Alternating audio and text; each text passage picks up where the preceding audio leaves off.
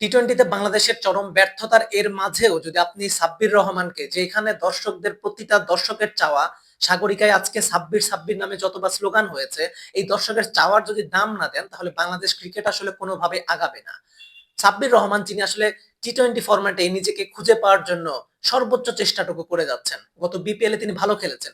তিনি গত বিপিএল এ যে পারফর্ম করেছেন, তাতে তিনি বাংলাদেশ জাতীয় টিমে না হোক, অন্তত বাংলাদেশের এ টিম বা এ টিমে না হলে বি টিম বা ইমার্জিং টিম, অর্থাৎ ক্রিকেটের যে কোনো একটা প্রসেসে, যে কোনো একটা টিমে অন্তত সাব্বিরকে রাখা যায়। ন্যাশনাল টিমে সাব্বিরকে সুযোগ দিতে বলছি না, কিন্তু সাব্বিরকে তো একটা প্রসেসে রাখতে হবে যাতে সে ব্যাক করতে পারে। সে তার ফিটনেস এমন ভাবে ধরে রেখেছে, বাংলাদেশের ন্যাশনাল টিমের রেগুলার যে কোনো প্লেয়ারের চাইতে সাব্বির রহমানের ফিটনেস এখন অন্যদের চাইতে মাচ বেটার। কিন্তু এরকম প্লেয়ারকে আপনি ফিরে আসার সুযোগ দিচ্ছে না।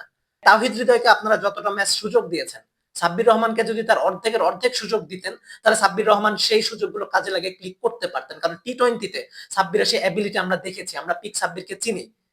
সাব্বির রহমান এমন একটি প্লেয়ার যে এশিয়া কাপে রোহিত শর্মা, বিরাট কোহলিদের মতো প্লেয়ার থাকার পরেও সাব্বির রহমান এশিয়া কাপের ম্যান অফ দ্য টুর্নামেন্ট হয়।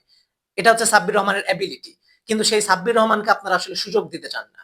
আপনাদের ফিক্সড করা একদম পছন্দের প্লেয়ার রয়েছে কোচ সালাউদ্দিনের, অর্থাৎ জাকের আলী, তাওহিদ হৃদয়, তাদেরকে ঘুরে ফিরে সুযোগ দিতে হবে। আপনি সৌম্যকে সুযোগ দিবেন না, কারণ সৌম্য যদি ভালো খেলতে শুরু করে, তাহলে আপনাদের যে কোনো পছন্দের একটা প্লেয়ারকে বাদ দিতে হতে পারে। এই সিন্ডিকেটের কাছে আসলে সাব্বির সৌম্যরা সুযোগ পাবে না। মুশফিক যেখানে ব্যাট করতো, সাকিব যেখানে ব্যাট করতো, সে perfect middle order batsman Bangladesh টিমে একজনও নাই।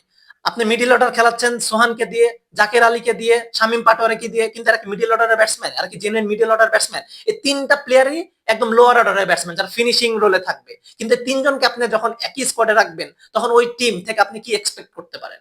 অথচ সাব্বির রহমান যখন মিডল অর্ডার ব্যাটস করতো, ওয়ান ডাউনে যখন ব্যাট করতো, তখন সাকিবকে আপনার টু ডাউনে নামাইতে হতো। বাট এই দিনগুলো আপনারা ভুলে গেছেন। আচ্ছা, অতীতের কথা বহুত বাদ দিই, সাব্বির গত বিপিএল যেভাবে ব্যাটস করেছে, তাতে তাকে ন্যাশনাল টিমে না হোক বা এ টিম অথবা বি টিম, যে কোনো একটা জায়গায় তো, যে কোনো একটা প্রসেসের মধ্যে তো সাব্বির রহমানকে আপনারা রাখতে পারতেন। আপনারা কি চান না সাব্বিররা ফিরে আসুক? আপনারা আসলে চান না ক্রিকেট ফিরে আসুক? বাংলাদেশ ক্রিকেট বোর্ডে একটা কথা সবাই বলে, যে ক্রিকেট বোর্ডে সবকিছু হয় শুধুমাত্র ক্রিকেট ছাড়া।